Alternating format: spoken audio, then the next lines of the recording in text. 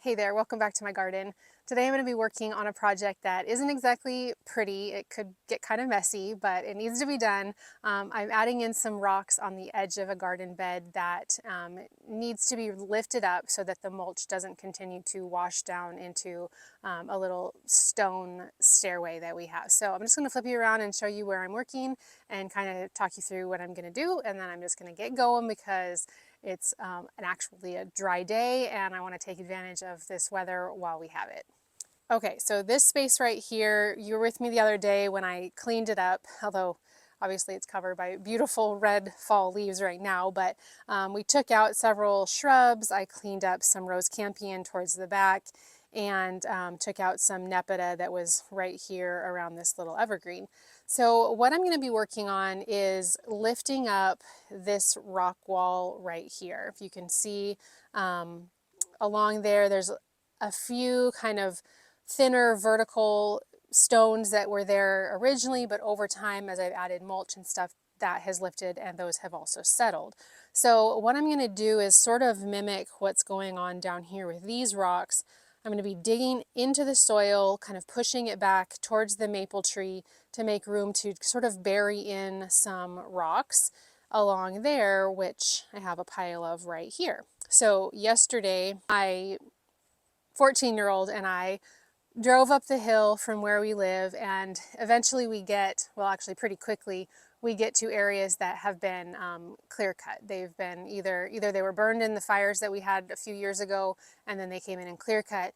But basically what happens when they do that is they have to cut a road into the area where they're clear cutting, and they expose a ton of nice sized rocks.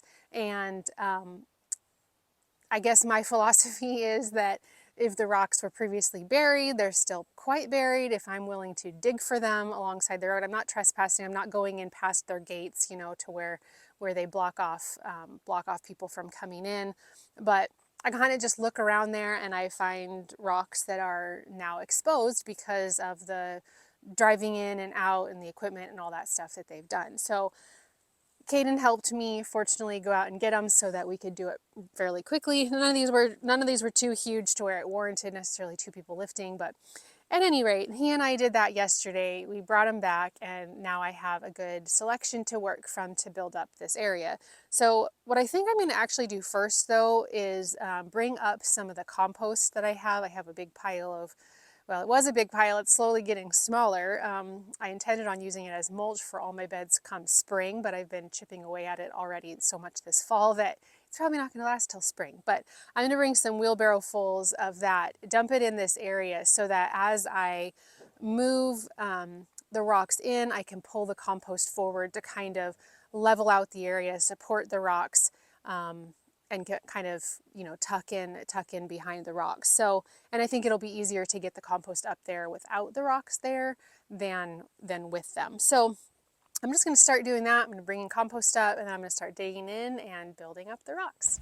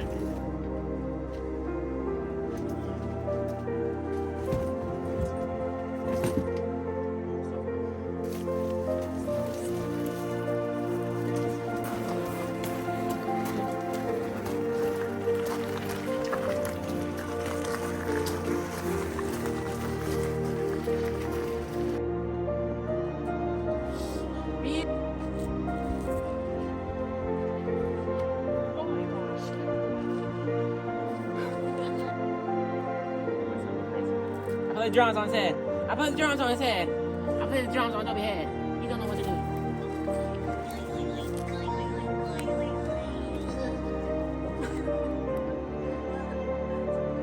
Toby, go on.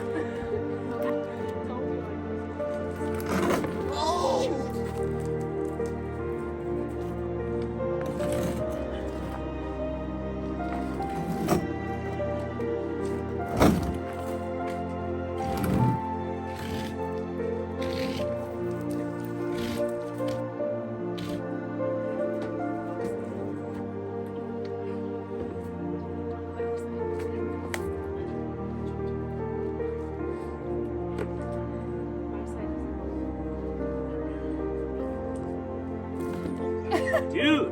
Toby, go away. He's not doing anything. Why are you mad at him? He's not doing anything to you. He's in the way. No, he's not. Actually is. Just imagine. Get out of here. Trust. Oh Kinda yeah, annoying. now. Okay, ready? No, my thing is too far back here. The bulk of the. There we go. Ready? 3, 2, 1.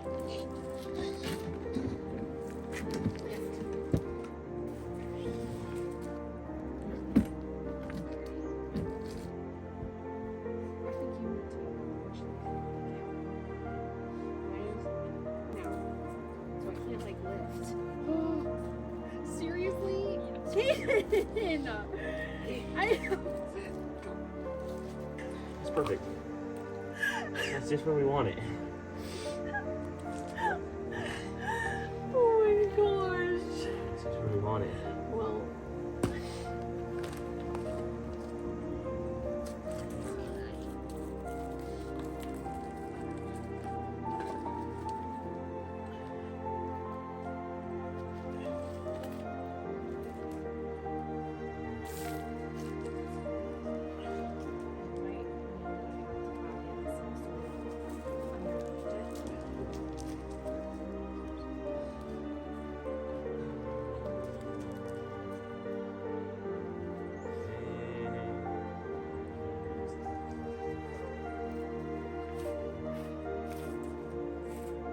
Alrighty, well, see ya.